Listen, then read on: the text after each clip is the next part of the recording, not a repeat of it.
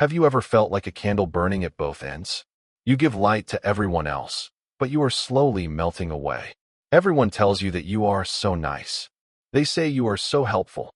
But when you are alone in your room, tired and empty, who helps you? If you feel like you are living your life for other people, please stop what you are doing. Listen to this story, because the lesson you are about to hear might just save your life. In a busy city, full of tall buildings and rushing cars, lived a young man named Leo. Leo was a graphic designer. He was talented, he was smart, and he had a very big heart. Leo had a rule. He never said no. If his coworker, Mark, wanted Leo to finish a project late at night, Leo said, "Sure, Mark. Go home to your family. I will do it." If his neighbor, Sarah, needed someone to walk her dog while she went on vacation, Leo said, "Don't worry, Sarah. I will do it." If his friends wanted to borrow money, or a car, or just his time, Leo always nodded and smiled. "No problem," he would say. He thought this was the right way to live. He thought, if I help them, they will love me. If I help them, I am a good person. But Leo was wrong, because while he was fixing everyone else's life, his own life was falling apart. His apartment was a mess. There were dishes in the sink. His clothes were unwashed. He wanted to start his own business, but he never had the time to work on his portfolio. He was always too busy working on other people's dreams. One Friday afternoon, the turning point finally came. Leo had a very important interview on Saturday morning. It was for his dream job. He needed to prepare. He needed to sleep. He needed to be fresh. But at 6 p.m., his phone rang. It was his friend, Tony. "Hey, Leo," Tony said loudly. "Listen, I'm moving to a new house tomorrow. The movers canceled. I need you, man. Can you come help me pack and move boxes tonight?" Leo looked at his interview notes on the table. He felt a knot in his stomach. He wanted to say, "Tony, I have a huge interview tomorrow." But the fear came. The fear of being selfish. So, Leo took a deep breath and said, "Okay, Tony, I'll be there." Leo spent the whole night lifting heavy boxes. He carried sofas down the stairs. He drove the truck. He didn't get home until 4 a.m. His back hurt. His eyes were burning. He only slept for 2 hours. The next morning, at the interview, Leo was a disaster. He forgot his words. He looked exhausted. He couldn't focus. The manager looked at him and said, "Leo, you seem like a nice guy, but you are not ready for this job." Leo walked out of the building. It started to rain. He didn't run for cover. He just walked in the rain, feeling the cold water on his face. He had lost his dream job.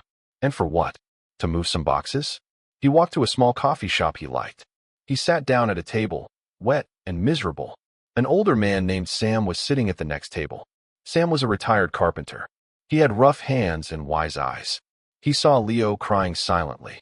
Sam placed his cup of coffee down and asked, "Rough day, son?" Leo looked up. "I lost everything today," Leo whispered. "I help everyone. I do everything for them. But when I need to focus on myself, I fail. Why does kindness hurt so much?" Sam smiled sadly. He picked up his coffee pot. He poured coffee into his cup until it was full. Then he kept pouring. The coffee spilled over the cup. It went onto the saucer. Then it spilled onto the table. It made a huge, hot mess. "Stop," Leo said. "What are you doing? It's overflowing." Sam put the pot down. "Leo," Sam said, "you are this cup. You try to give everyone coffee, but you have no container. You have no edges." Sam looked Leo in the eyes. "If a house has no walls and no doors, is it a house?" "No," Leo said. "Correct," Sam replied. "If a house has no doors, anyone can walk in. They can take your furniture. They can sleep in your bed. They can leave mud on your floor. You are a house with no doors, Leo." "Saying no is not being mean," Sam continued. "Saying no is building a door. It protects the valuable things inside you. If you don't respect your own time, nobody else will." Leo went home that day, but he was different. The word stuck in his head. Build a door. 2 days later, his co-worker Mark came to his desk. "Hey, Leo," Mark said, holding a stack of papers. "I want to leave early for a game. Can you finish this report for me?" Leo's heart beat fast. His old habit wanted to say yes. But he looked at his computer. He was working on his own business plan. Leo looked at Mark. He didn't smile. He didn't apologize. He simply said, "I can't do that today, Mark. I have my own work to finish." Mark stopped. He looked shocked. "Really? You?" "Yes," Leo said calmly. "Not today." Mark stood there for a second. Then he shrugged. Okay, I'll do it myself. And he walked away. Leo waited for the world to end. He waited for Mark to yell. But nothing happened. The office was quiet. Leo went back to his work. For the first time in years, he felt free. Over the next month, Leo practiced the power of no. When Sarah asked him to walk the dog, he said, "I have plans this weekend, Sarah." When friends asked for money, he said, "I am saving for my business right now." It was hard at first. Some people were angry. They were used to using Leo. But soon, the real friends stayed, and the users disappeared. Leo finally had time. He cleaned his apartment. He exercised. He worked on his portfolio every single night. 6 months later, Leo launched his own design company. He was happy. He was healthy. He met Sam at the coffee shop again. Leo bought Sam a fresh cup of coffee. "You look different," Sam said.